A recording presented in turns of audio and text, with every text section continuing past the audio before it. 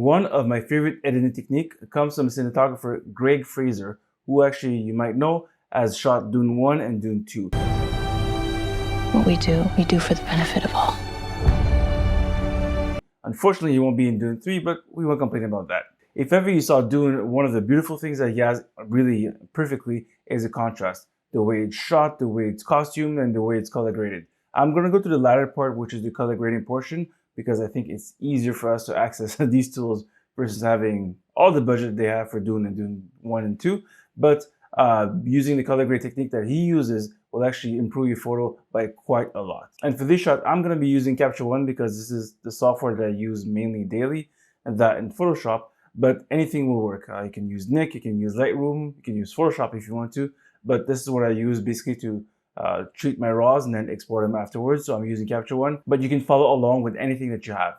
So in order to do that technique, let's get to the computer. So the technique is quite simple, and it's simply based on the fact that our brain tends to see colors, and it's very distracting to see contrast. What you mean by contrast is simply the difference between the depth of your black and the highlights of your white. So how much difference there is in between. Let's say example, let's take that shot that I just took of my friend Dylan. If I lower the contrast, as you can see here, everything gets a little more flatter, the blacks raises and the whites go down. If you increase the contrast on the opposite, as you can see, the whites get really high and the blacks get really low. So that's what contrast is in a nutshell. And with colors, the problem that we have as humans is that it's very distracting, meaning we can't really see what we want to see in a perfect way. We see colors and it's adding information that we don't want to. The technique that Greig uses is actually very genius and simple. It's simply to stop having colors, basically turning your photo white, black and white, and then color grading the way you want to in terms of contrast, and then adding like colors on top of it. What I did in Capture One, I just made it very easy for me to see. I'm going to do two things that are very important, so make sure you stick around. So the first thing is, of course, I'm going to convert my photo to black and white. Here I made a shortcut, which is Control W in my laptop for Windows, which makes the photo black and white. That's tip number one. It's just make it easier for every single photo, especially if you have different sets and you want to go to it quickly. Having to click takes a lot of time. Just make sure you have shortcuts. Makes your life just better. Afterwards, the second thing that I like to do is, it's not necessary in all cases, but I really like to control for exposure. There's a mode in Capture One that tells you if your exposure is either too high or too low. Meaning if your highlights are too high, are they nearing 225? Or they're too low, they're nearing like sub 60, let's say. For example, I'm gonna click here, Control E, and it's gonna show me basically that my blacks are really, really, really black. So an example, in order to fix it, if I want to do according to whatever I'm seeing here, I just have to raise my shadow.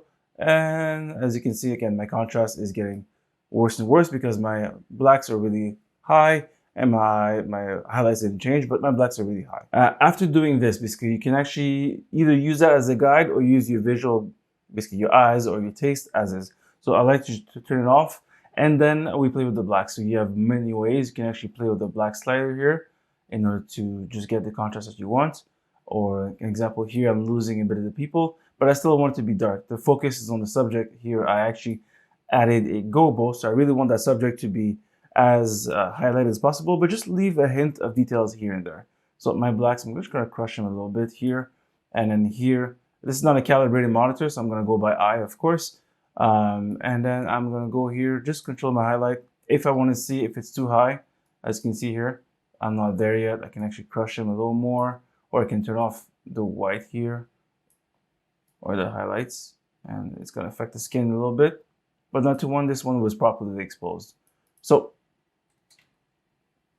I'm gonna play again more with the blacks here. I'm just adding a little more highlights into my darks. I'm still seeing some details. Let's say I want to just bring the exposure just a touch. I can also do that. I can turn off with a very quick button. I just Control E for my case. I just can turn off the exposure warning or not, and then you can also play with basically the curves if that's what you like. You can do the classic S curve, which is adding a lot of contrast, or you can bring up the base by sliding it left and right.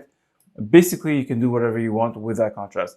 And that hopefully afterwards you're done, you simply have to get out of black and white and then change the colors. So if you want to desaturate a little bit, or if you want to add some brightness, That's of course going to change the entire value of your set. And you can of course color grade using a triangle, easier to add more blues in the color tones, but at least now your base image will be the visual representation of what you had in mind or what the intent of the shoot is. So it's fairly easy to see afterwards that, hey, my contrasts are perfect, I like the way my blacks are, and I like the way my whites are. No racial thing here. So that great tip is from Greig Fraser. Again, it's not mine, it's what I learned from Greig Fraser. I'm a big fan of his work, from Batman to Dune, and I hope you also appreciated that video. If you did, make sure you subscribe and leave a like, any comments that you have, and I'll see you in the next video. Cheers.